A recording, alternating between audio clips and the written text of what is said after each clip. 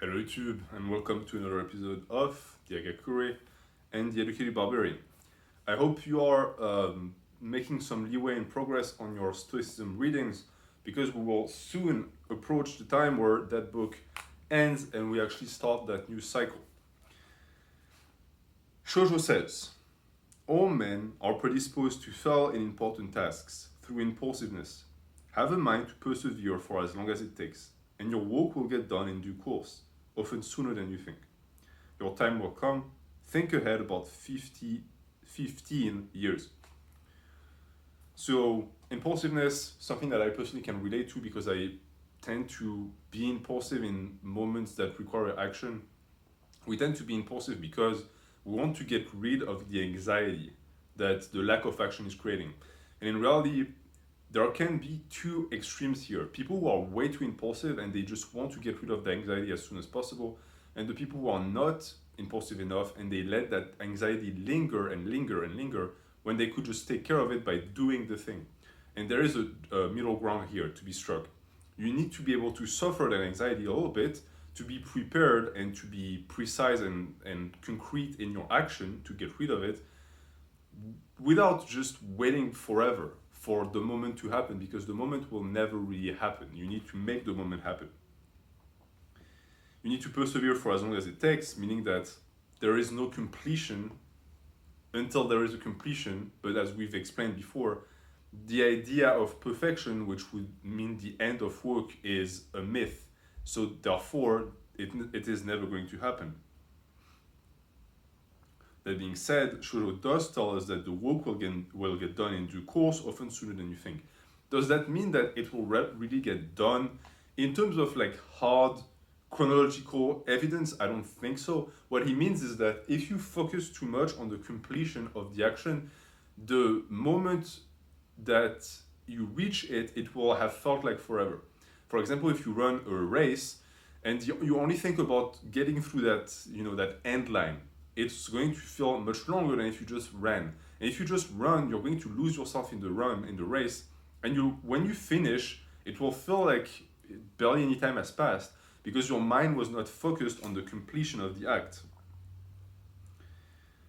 And thinking that your time will come is, of course, a very optimistic mindset, but it's a mindset that always proves to be beneficial for the people who embrace it. Because indeed your time will come, but if you believe it will never come, it will never come. So you have to have some confidence in yourself. And you have to think ahead about 15 years. 15 years is a lot of time. Most people, you will find that the younger you are, the tougher it is to project yourself. They've run some studies on 16-year-old kids, and if you told them to project themselves a year, they couldn't. And in fact, it makes total sense. It's not necessarily that young people are stupid, although they tend to be stupid, but that's normal. They just lack experience in real life. But in reality, that is correlated with percentages, because if you look at someone who's 16, 1 year represents a lot of time for them because they only had 16 years on earth. Sometimes with 50, a year represents much less, so it's much easier to project yourself. So what Shoujo asks you to do is projecting yourself an amount of time that no one should be able to project themselves into, even someone who's 60, because in reality, the curve doesn't keep going up with your ability to project yourself, because you start reaching a point where your death is so close by that you don't really, you lose that ability. When you're 80, you don't think of when you're going to be 85, because now the only thing you would want is for time to go back. You don't want time to keep advancing. So that's sort of a paradox, but it's what Shoujo asks of the strong mind, to be able to actually reach that level of enlightenment. As the wood deteriorates, men's capabilities are also waning.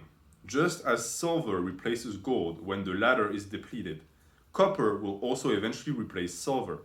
The worth of man is fading with the times. Perseverance and grit shown now will help a young samurai surpass his peers. This means he will be capable to be a worthy retainer in a mere 15 years.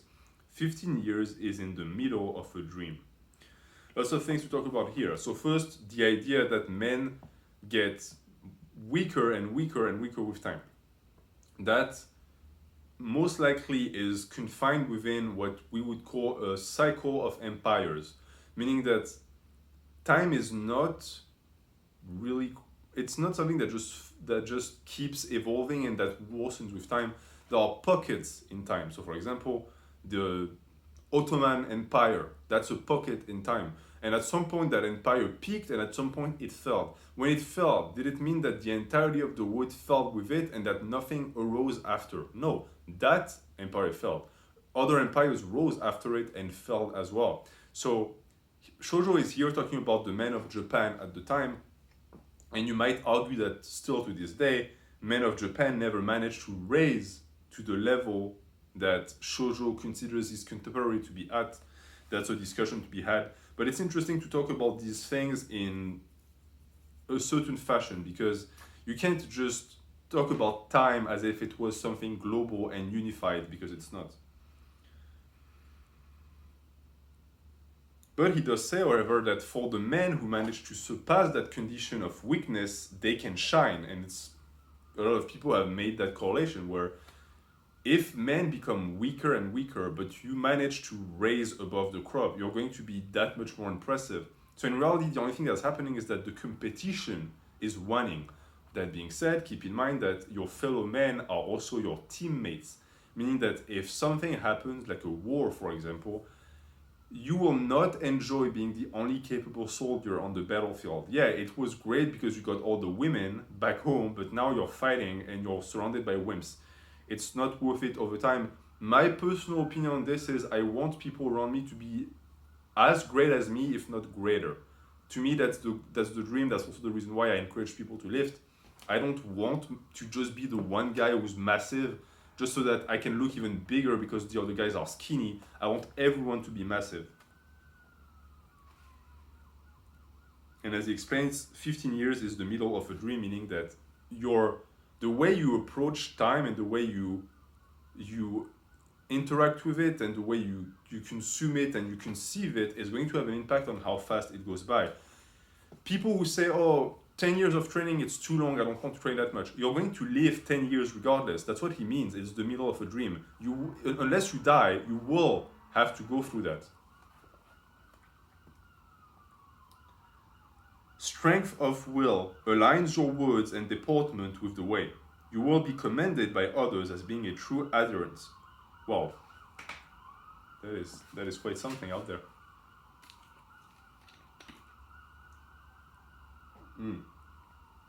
Considering I live in the middle of a forest, that is quite something.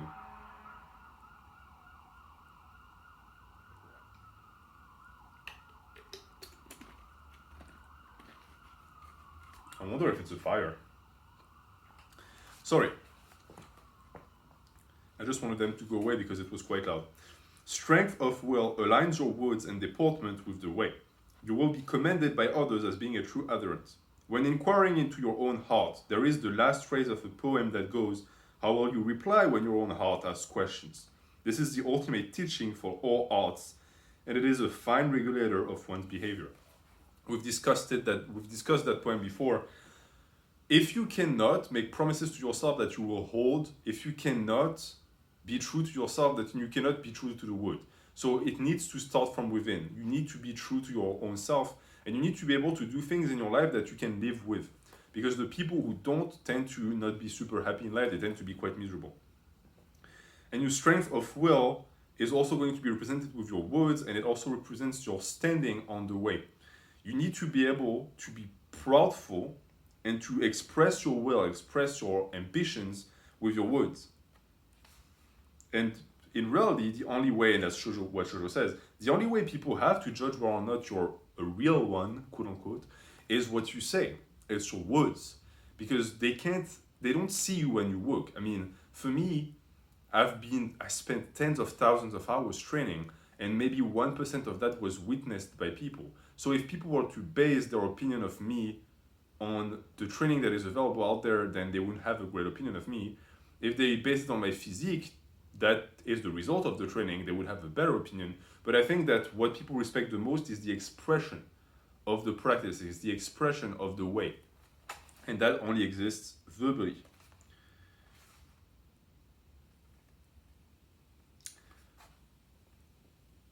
revel in being discarded or having exhausted all your energies in vain. Only those who have endured hardship will be of use. Samurai who have never erred before will never have what it takes. So it's the idea that cycles of hardships are really just a preparation for a big event or a big anomaly or singularity, meaning that between a guy who failed 5 times but got up 5 times and one that never failed, you understand also that the guy who failed more didn't have a propensity for failing. Most likely he was just unlucky. You could argue that, however. You could say, well, he fell 5 times, it means that he's not worthy because he keeps failing. That might be true, but the day a big issue occurs and they're both faced with that issue, there's a strong chance that the guy who's never failed before is going to fail, and he's going to fail hard. And the guy who was prepared might actually be able to surpass that obstacle and that issue. And it's something that in real life is also true. Because if you look at fights, for example, a guy who's been in 5 fights, even if he lost them all, if he survived them, he might get into a 6th fight that could have cost him his life, but he was able to defend himself. A different guy who never got into a fight, so therefore he never lost a fight, gets into a fight and gets killed because he was not prepared. He didn't endure the hardship. It's the equivalent of take squatting, for example. You do progressive overload on the squat to 300 pounds, and you might have failed 5 times up to 300 pounds, but when you squat the 300, you squat them. A guy who never failed a squat, who fails his 300 pound, might fail it hard because he's not experienced with the action of failing. Failing is a natural occurrence. People who try things fail. It's natural. As long as you get back up, there is no issue with that. And as he says, the people who have never failed are not going to be of use, and that should be a terrifying statement in reality, because there are a lot of people who've never failed. Not because they are that good, but because the world and the society and the environment is preventing them from failing, because it thinks that they cannot handle it. And for some of them it might be true, but in reality, everyone can handle failure and hardship. But if you're babied for the first 25 or 30 years of your life, and people make sure that you never have to face hardship, one, you're going to be a pampered brat, and you're going to end up like all of those entitled people who I cannot stand. And two, when something happens, the day society collapses, these people are toast because they cannot survive. They cannot even live in a real world where people are offensive, where there might be violence. Imagine a world with 0 rules. These people are over. And I personally think that it's a design. I think it's something that was, it's a plan. I don't know who planned that, but it looks like the world is extremely comfortable, but I can tell you that it can go up to 100 very fast. And when it goes, it's not going to give any warnings, and these people will not have time to prepare, which they will be completely useless, not only for their loved ones, but even for themselves. They'll be completely lost. Because they didn't even, it's not just that they've never failed or endured hardship, they haven't even pictured in their mind or trying to intellectualize what hardship or failure is. And that is terrible, because the worst thing that can happen to you in a situation of strife is to be taken by surprise, because now you're double screwed. Not only are you not prepared, but even in the moment you're slow. That's no good. A man who seeks only fame and power is not a true retainer. Then again, he who doesn't is not a true retainer either. So that's interesting. It's the idea of materialism applied to feudal Japan. And as we see here, it's not as easy as just being a Buddhist monk and refusing riches and wealth and women. It goes beyond that. Because in reality, if you're obsessed with these things, they possess you, and therefore you're not on the way anymore. You've stopped being a samurai, you don't train, because you're just someone who tries to make money at all costs. You're a merchant. But if you also lack that drive, you're not going to progress, because in reality, yes, the samurai fought for their shogun and for the honor of the clan, but they also fought to raise in the ranks and have more money, more food, and a bigger house, etc. That's a human drive. And people who lack that drive tend to be extremely demoralized because they're lacking something that is biologically ingrained in us. You absolutely need that. It just also means that because you need it, you're going to have to be able to control it, because if it starts controlling you, you're lost. I realized the ultimate responsibility of a vassal is to petition his lord when necessary for the upkeep of the domain. One cannot do this while floundering at the bottom of the retainer ladder. Thus, working one's way to the top as a chief retainer was the supreme paradigm of service. So, applied in our life, there are a lot of people who want to change the system, right? They want to change the world, blah, blah, blah. What they fail to realize is that the only way to change the system is to be within the system and to have influence on the system. And to do that, you need to rise in the ranks. The issue is that the more you rise in the ranks, the more corrupted you become, and you might eventually get to a position where you have power to change things, but you don't want to change things anymore.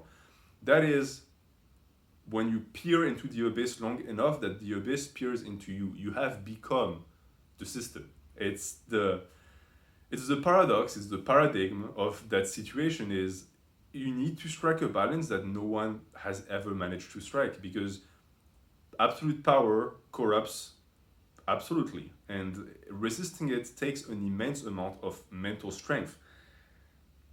And the thing too is that a lot of people think they have it. I think I have it, but I don't know, because I've never been tempted at that level. I don't know what it means to actually have all that wealth and power offered to me. I don't know if I'm going to hold. I hope I do. I certainly will do my best to, but that's what Shoujo says here, is that it's the supreme paradigm of service. It's the entire issue. You have to engage in that mad race, but most people who win the race don't want to change the rules of the race anymore, because that's how they won the race in the first place. It's a Stockholm syndrome system. And I'm going to leave you with that, because we are going to start book 3 next week. And book 3 it's my least favorite of the 3. Book 2 being my favorite, book 1 being my second favorite. And I don't really have much to say about book 3. I mean, I still have things, but I think we're going to be done in like 2 episodes. So in 3 weeks, we're starting Stoicism, so you better get reading. And remember, we are doing the meditations first. Thank you, and have a good day.